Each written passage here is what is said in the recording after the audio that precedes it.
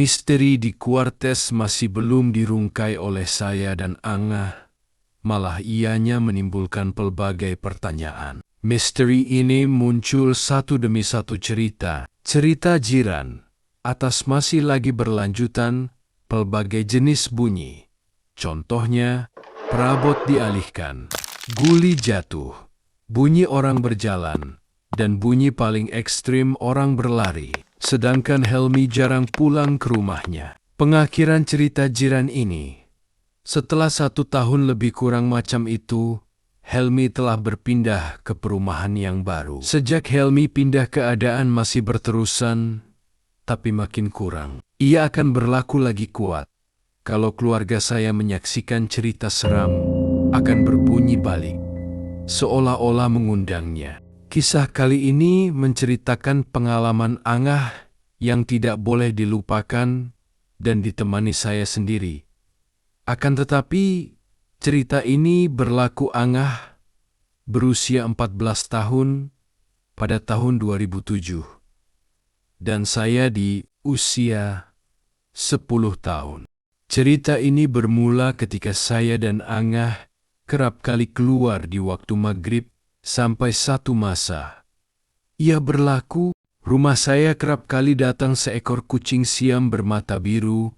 Kucing itu kerap sangat sorok di tepi mesin basuh tanpa sebab, sampai satu tahap kami meletakkan baldi untuk menutup tepi mesin basuh itu. Bunyi kucing itu memang nyaring bila didengari. Kucing itu pun sudah masuk perangkap, tidak boleh menyorok di tepi mesin basuh. Saya dan Angah sergah kucing itu sampai keluar rumah. Ingatkan kucing itu tak akan datang lagi selepas dihalau, tetapi masih lagi dengar bunyi kucing dari arah balkoni rumah. Saya dan Angah kejar kucing itu di luar rumah sampai ke pintu utama quarters berdekatan Blok A. Setelah menghalau kucing itu sudah waktu maghrib. Ketika itu hobi saya suka mengutip batang kayu untuk diimajinasikan sebagai pedang. Saya mengutip kayu itu dan letakkan di longkang berhampiran dengan kawasan parking kereta Blok C. Sebelum memasuki Blok C, kami akan lintasi pokok agak besar juga. Angah berkata suruh balik rumah dulu. Nanti lepas isya keluar semula. Saya pun turut kata-kata Angah. Selepas isya kami pun keluar dari rumah tanpa pengetahuan keluarga. Maklumlah, nak tengok televisyen, ada yang mengawalnya. Saya dan Angah mulakan rondaan daripada Blok A, B dan E. Motifnya nak cari semula kucing itu. Suasana pada malam itu amat sunyi, sepi, kereta kurang. Orang pun banyak yang dah start keluar cari makan. Entah tiba-tiba angin pada malam itu begitu sejuk teramat. Kami ketika itu tidak tahu nak buat apa. Saya ajak Angah pergi ke longkang untuk mengambil kayu untuk dibawa. Saya berada dalam longkang, sedangkan Angah di atas meninjau kawasan parking kereta, taman permainan, dewan, dan pokok besar di hadapan kami. Menurut Angah, kejadian terjadi suasana jadi sunyi sepi, tiada sebarang bunyi apapun. Angah tergerak hati mahu melihat pokok itu semula.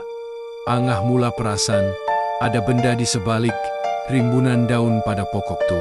Angah fokus penglihatan matanya. Alamak, sebiji mata, tapi lagi sebelah dilindungi daun.